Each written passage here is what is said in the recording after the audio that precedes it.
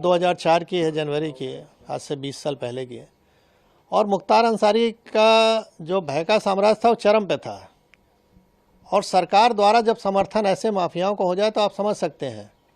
मैंने अभी आपसे कहा कि वो खुली जीप में मऊ दंगों में घूमता था, जहाँ कर्फ्यू लगा है, किसी की हिम्मत नहीं हुई उसके प्रति कुछ बोल दे, कार्रवाई की तो छोड़ दीजिए। और उस समय मैंने लाइट मशीन गन रिकवर की। आज तक उत्तर प्रदेश में केवल एक ही रिकवरी है, न उसके पहले कभी हुई, न 20 साल हो गया अब तक हुई है। और उस पर पोटा भी लगाया, क्योंकि पोटा एग्जिस्ट करता था। तो मैंने स्टैंड लिया उसके प्रति कि नहीं, ये गलत है और ये इसको जेल जाना होगा। लेकिन मुलायम सिंह की सरकार तत्कालीन अल्पमत की सरकार थी, किसी भी कीमत पे इसको बचाना चाहते थे, और उन्होंने अंत में हम लोग पर प्रेशर बनाया, अधिकारियों पर प्रेशर बनाया। जब कोई नहीं सुना तो आईजी जोन जो थे उनका ट्रांसफ़र, डीआईजी रेंज का ट्रांसफ़र, एसएसपी एसटीएफ हमारे थे उनका ट्रांसफ़र, और अंत में ऐसा माहौल बनाया गया कि मुझे भी रिज़ाइन करना पड़ा 15 दिन बाद ही। लेकिन मैंने रेजिग्नेशन में लिखा और जनता के सामने इस चीज़ को रखा आप लोग के माध्यम से कि देखिए, जनता पॉलिटिकल सिस्टम में आप ही ने चुना है इस सरकार को, और किस तरह की ये सरकारें चल रही हैं कि जो माफियाओं के निर्देश पे काम कर रही हैं। हम लोग चुन के आते हैं, सेलेक्ट होते हैं, यानी जब तो बोला जाता है कि आप पब्लिक सर्वेंट हैं।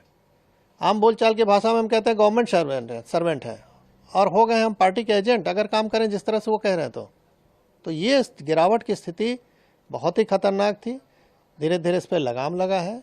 न्यायालय में अब निर्णय आने लगे हैं जो कभी नहीं आते थे, दशकों तक, 2-2 दशक तक नहीं आए, अब आ रहे हैं 3-3 दशक के बाद।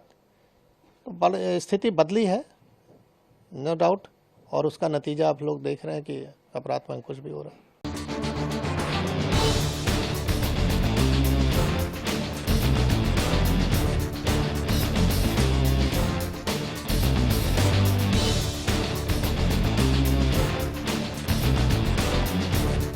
नहीं, स्वाभाविक है। अगर शासन प्रशासन, हम तो किसी सपोर्ट की भी उम्मीद नहीं करते थे, हम तो अपने दम पे रिकवर किया, मैंने अपनी टीम के साथ।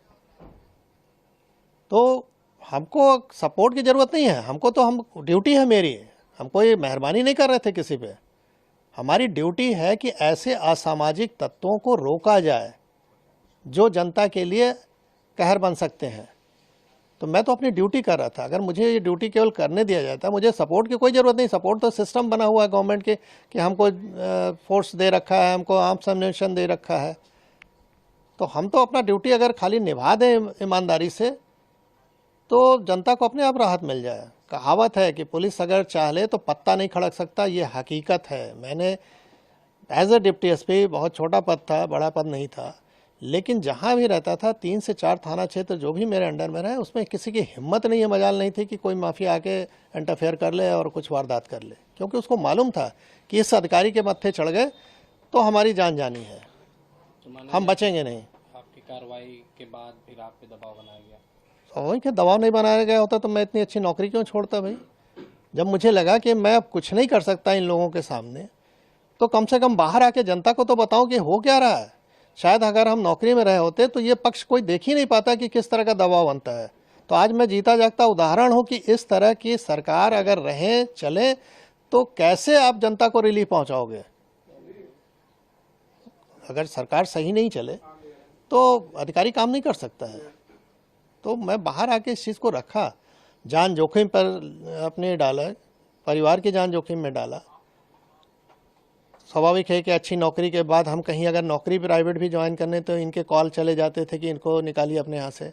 किराए का मकान नहीं मिलता था, रात में सामान कहीं लेके रख दिया तो सवेरे वहाँ से खाली करना पड़ता था। तो ये सब चीज़ें देखी, लेकिन अब उस पर ज़्यादा नहीं बोलना है। हाँ, ये है कि जो जैसा करता है वैसा उसको भोगना पड़ता है।